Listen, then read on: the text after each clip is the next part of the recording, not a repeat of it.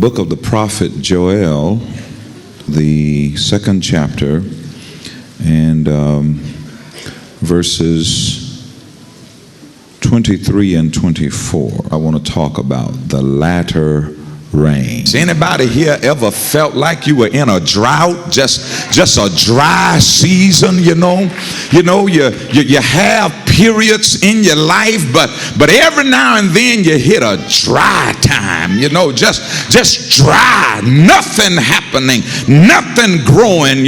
Can't seem to make anything happen. It's just dry. Anybody know anything about a drought?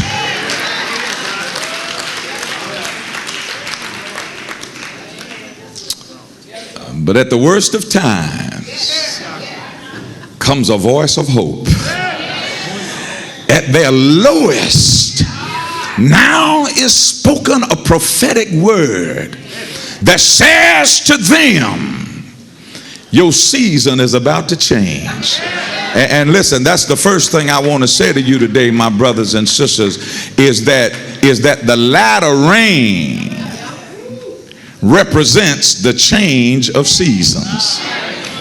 Change of season. And then another thing that the rain does is the rain is a symbol of God's plenty. God's plenty. It's a symbol of God's plenty in your life. And see, that's what we got to do. We got to embrace more words like plenty. God wants us to have plenty. Now, it does not mean, though, that you won't go through seasons of drought. You see, because if you were to examine this text and just a few verses further, you will discover that not only were they enemies against them and had ravaged their city, not only was nature against them, but locusts had come in and eaten up everything alive. Locusts had just come and had devoured their land. Every hope for a sprout was destroyed by locusts. But listen to the Lord as he speaks. He says, I'm going to send this rain. He said, but now when the rain is gone, what you going to see is my abundance. He says, and in my abundance you will discover that everything the drought took has been returned. Everything the locusts had eaten have been multiplied, and you've gotten it back. I'm talking to somebody in here. You see, because there are things that will come in your life like locusts to just eat up your stuff, to just eat up your environment, to just sap your resources, to just take stuff from you. Sometimes it's a family member that somebody know what I'm talking about. Sometimes it's a family member that you love, but they just leech on to you and just sap up your resources. Sometimes, it's a habit that you picked up that's just eating up all of your resources. Sometimes it's bills, and sometimes it's your health condition, and sometimes it's taxes and IRS.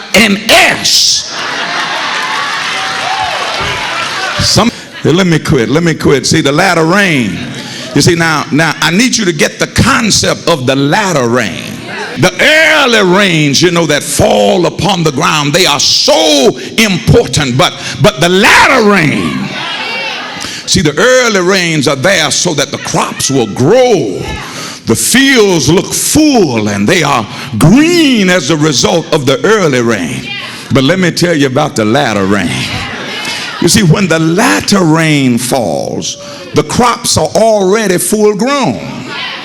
But you see, the farmer knows that if I'm impatient and if I harvest the crop before the latter rain, I'm going to miss something, because it's the latter rain.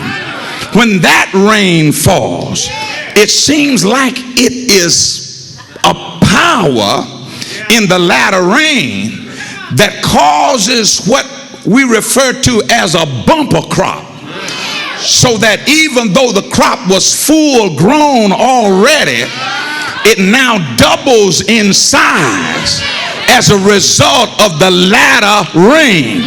And see, I'm talking to somebody in here, you know, don't harvest your crop too early. I just wanted to talk to somebody about the latter rain.